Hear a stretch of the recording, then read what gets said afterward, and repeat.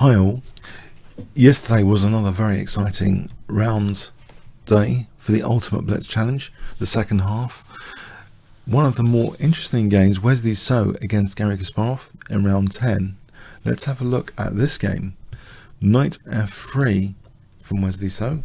Kasparov played g6. Now this can transpose into a King's Indian defense. The way it played out, White played later a c4 move, so we can transpose into a normal King's Indian if Black plays, for example, knight f6, then there's knight c3.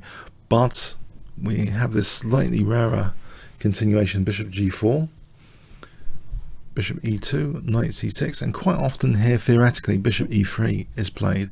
In this game, there's another good alternative though, knight bd2. This works, doesn't lose a pawn here because we're hitting that bishop, just to show that.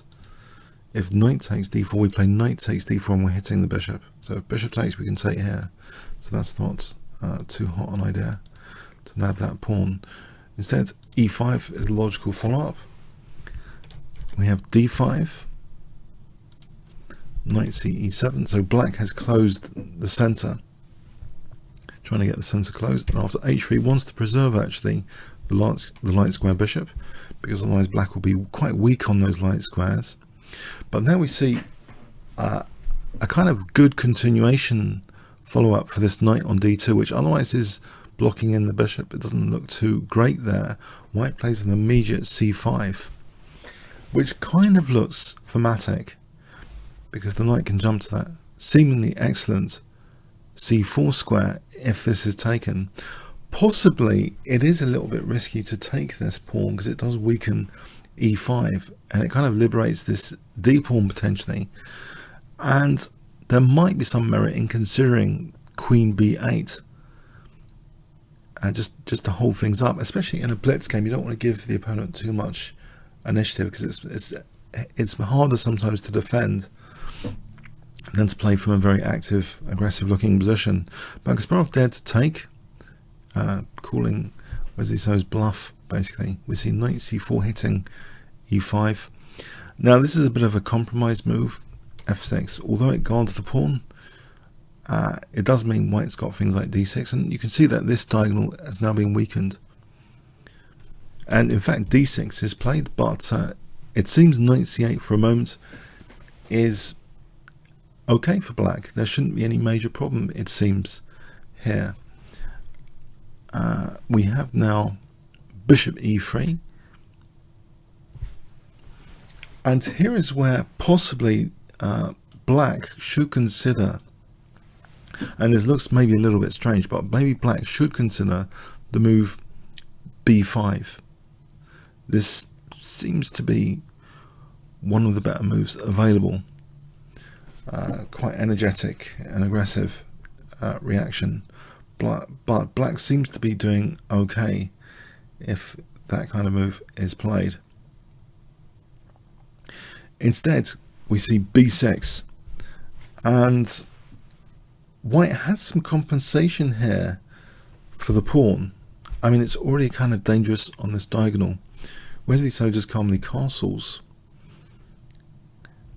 And yeah, it's difficult for black to develop that easily. It seems a little bit of a scary position in some respects.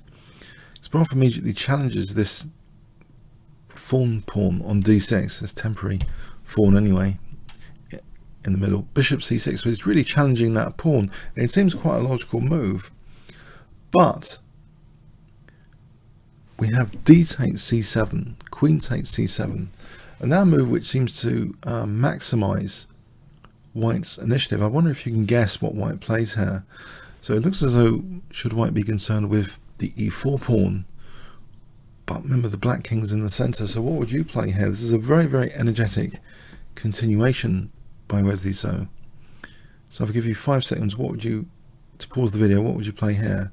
So 5 seconds starting from now. Okay, with black's lack of development, Wesley So played b4. He's trying to open up the c file, and he's also got queen b3 in mind for this diagonal. Kasparov took this, and it seems now black is in big problems after rook c1, there's a potentially nasty pin against the queen. After knight ge7, we see queen b3, and black cannot castle now without allowing a nasty check on e5. So here, it's getting pretty dangerous. In fact, even if black doesn't castle, there's an idea. I'll just demonstrate this. There's an idea of knight takes and knight g5 here, and this looks at f7. If knight d6, we got knight e6. So this might help explain why Kasparov is keen to stop ideas of knight g5. He plays h6, which doesn't do anything for his development, though. It does deprive white of that g5 square tactically, and white has got beautiful harmonious pieces here after rook ft1. This is a dream position to get against Kasparov, and yeah, it's just very difficult for black to do anything here. Kasparov's king is pinned down in the center. He can't really allow this knight c takes e5 check or even other stuff, especially with that bishop there on the c file. Plays b5, and white's play here. So it looks as though the main tactical venom of knight c takes e5 has been addressed with knight g5, but guess what white plays? I give you 5 seconds to pause the video here. White to play.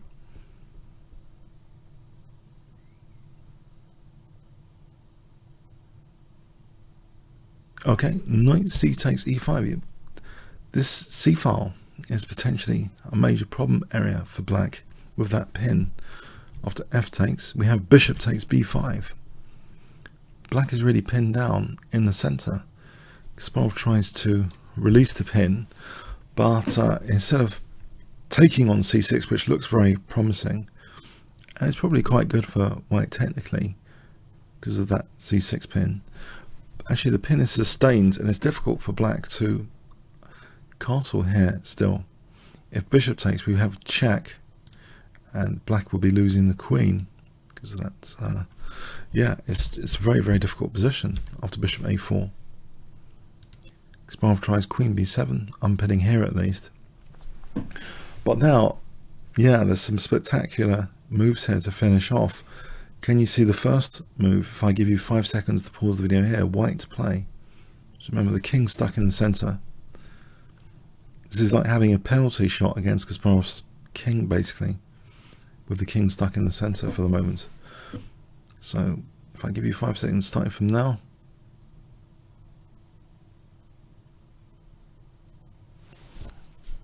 Yeah, we have rook takes c6, an exchange sack, but very powerful for queen e6 check. So if queen e7, we can just take on c6 for a start. But we have knight e7, and now the pressure is mounted on both pins a little bit more with this next move. Can you see what white plays here? Yeah, this is not the sort of opening position Kasparov wanted in the Blitz game. There's a fairly crushing continuation now, which is played. 5 seconds. Okay, putting pressure even more on these two pins knights. Yeah, with the king stuck in the center, this is not pleasant. You can see a move like queen c8. There's queen takes e7, for example, using that pinned knight now. So it's difficult for Kasparov to do anything here. He plays rook c8, but now the execution move. Can you guess?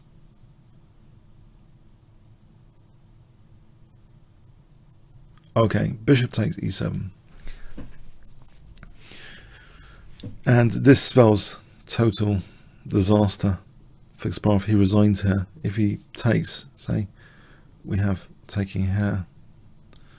And this is a really crushing continuation. Bishop b3 check, for example, like this. It's gruesome.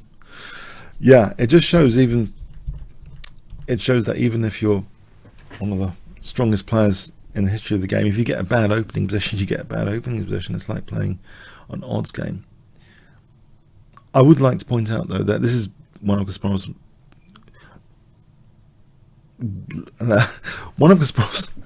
not so good games. Otherwise, he played absolutely brilliantly throughout most of the other games, with brilliant positions in most games. But I wanted to be fair to Wesley So. I'm torn here between the brilliance of this game to a certain extent, but you can say that the opening played a big part. Yeah, it's like playing an odds game with the black king stuck in the center. It's like a penalty kick that was taken against Kasparov. But I will try and show over the next few days some of the other games that Kasparov has played brilliantly, with a little bit of bias to him, because he is, as I say, to me, one of the strongest players in the history of the game. It's just here, it just demonstrates that if you're caught out in the opening, there's nothing you can do. You know, your king, if it's stuck in the center, and you've got bad development, then it's like playing a handicap game in a way. But to Wesley So's credit, he really took massive advantage here, playing, you know, kind of Morphe style. It's been described as a Morphe style masterpiece. So I thought I should show it, really, especially considering we showed Kasparov beating Wesley in the earlier video yesterday. So I hope you got something from it, and it's a bit of a warning label, you know, openings, development, initiative. They're pretty lethal stuff and important stuff. Okay, comments or questions on YouTube? Thanks very much.